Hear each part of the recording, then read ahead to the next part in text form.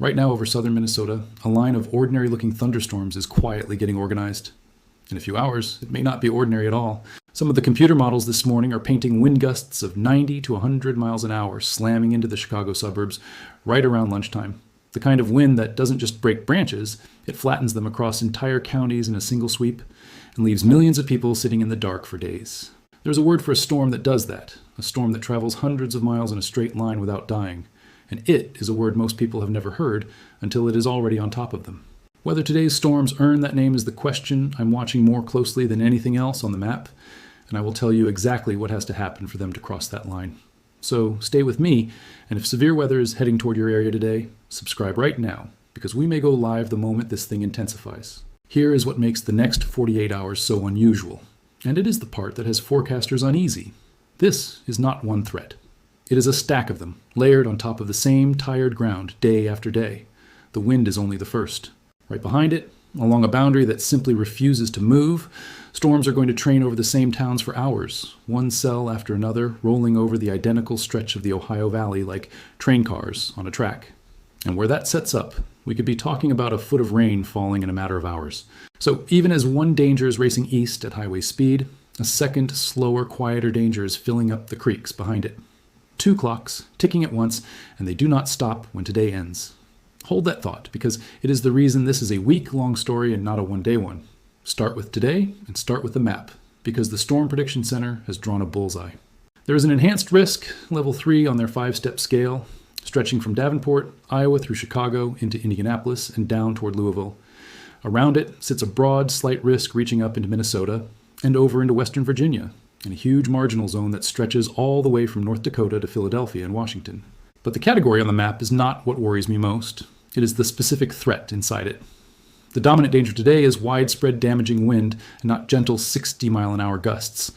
I'm talking about the potential for 60 to 90 miles an hour over a large area during the late morning and afternoon, with the worst of it aimed near Chicago and across central Indiana.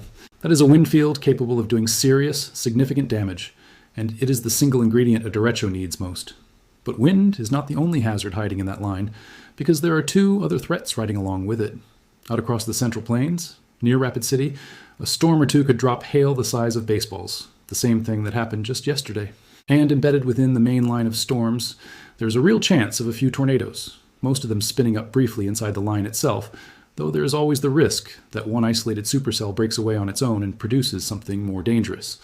So if you live in Louisville, Cincinnati, Columbus, Chicago, or back toward Davenport, today is not a day to tune out the sky. And the reason it matters so much is that everything hinges on timing, where this line is and how strong it is at each hour of the day. So let's walk the clock. It begins this morning as that ragged line over southern Minnesota and northern Iowa. It does not look like much yet. That changes fast. By around 10 in the morning, it should be pushing into southern Wisconsin near Cedar Rapids. And this is the moment the wind threat sharpens. Gusts potentially climbing to 70 or 80 miles an hour just west of Madison, earlier in the day than you would expect that kind of intensity. From there, it aims straight at Milwaukee and Chicago. Right around lunchtime, the high-resolution model has this line knocking on Chicago's door, and this is where those eye-catching numbers come from. Some model runs have flashed wind gusts of 90 to 100 miles an hour reaching the Chicago area at midday.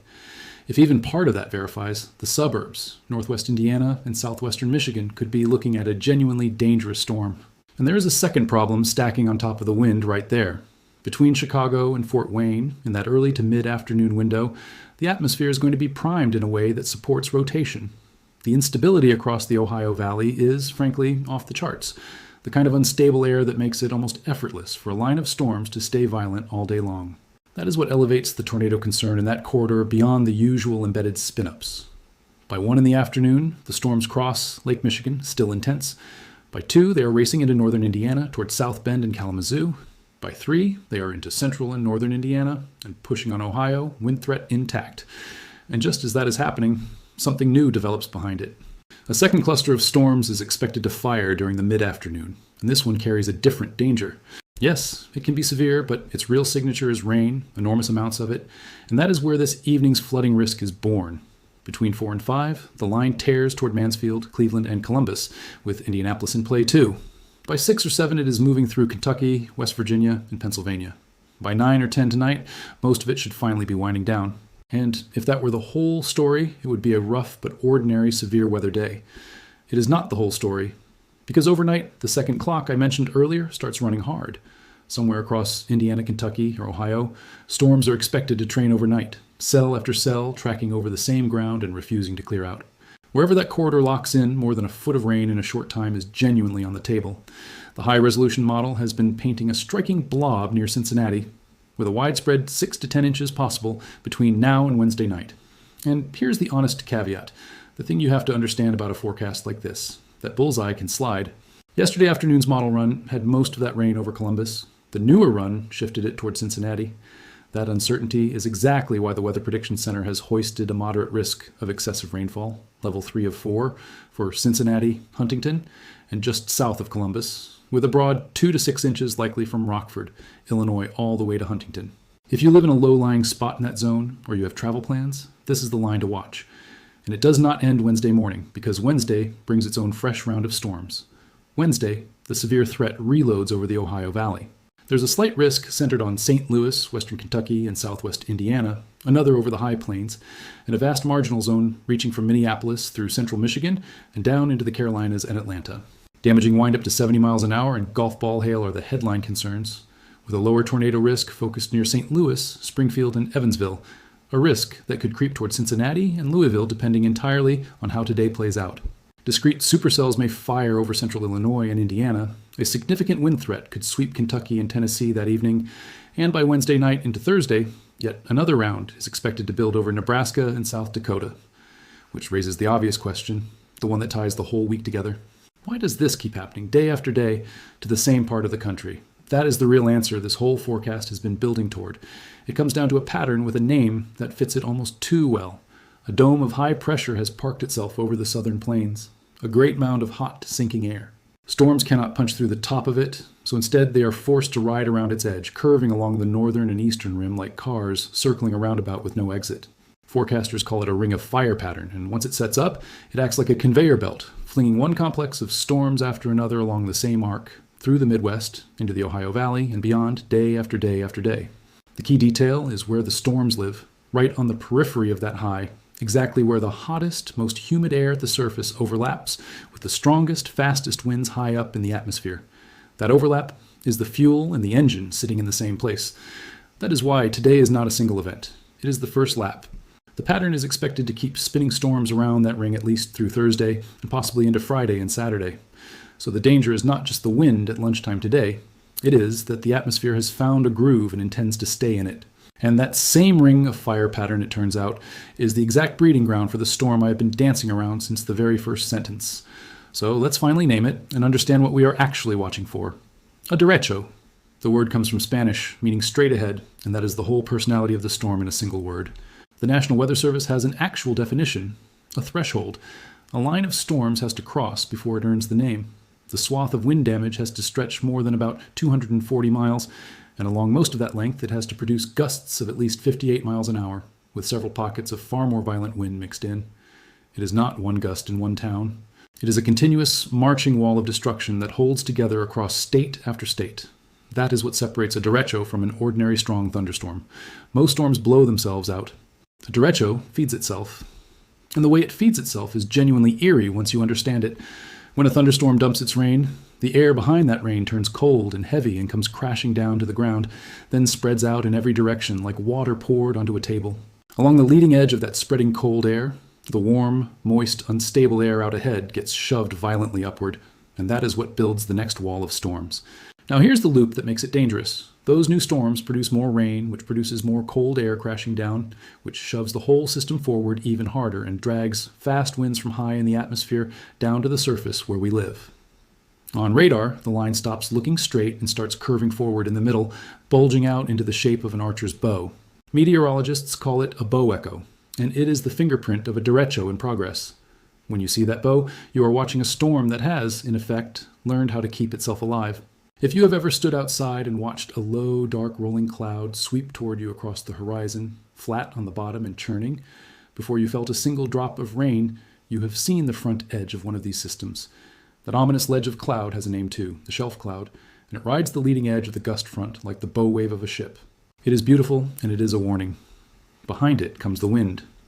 Now here's the part that should make you sit up, and it is the honest answer to why forecasters do not just tell you flatly whether today becomes a derecho.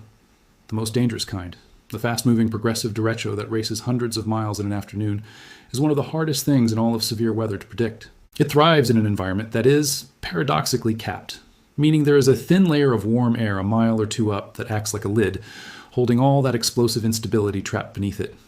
Most days, that lid keeps the storms from ever forming. But if some small, subtle disturbance high in the atmosphere manages to break the lid, all that pent-up energy erupts at once, and a monster can spin up from almost nothing with very little warning. To put that in perspective, one of the most destructive derechos in American history began as a single unremarkable thunderstorm cell over northwest Iowa, and within hours, it had hammered millions of people all the way to the Atlantic coast. That is the nature of the beast we are watching for today. It does not announce itself days in advance. It reveals itself in real time. And we know exactly what that beast is capable of, because it has shown us more than once in this very same corridor. Go back to June of 2012. A single storm cell popped up over central Iowa on a brutally hot afternoon, temperatures well over 100 degrees, the atmosphere loaded like a spring. It crossed Chicago late that morning as barely severe. Then it hit Indiana, took on that telltale bow shape, and transformed.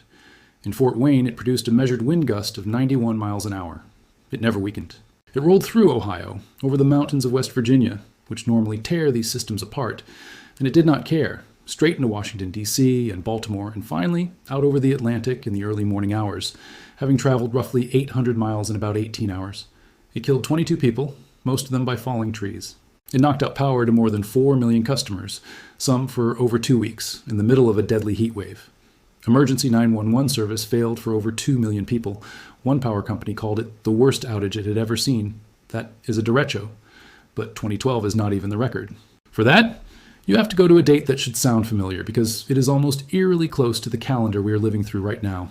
August 10th, 2020. Another line of storms, another hot and unstable Midwest afternoon. This one bore down on Iowa and simply would not let go. In and around Cedar Rapids, estimated winds reached 140 miles an hour, the equivalent of a strong Category 4 hurricane.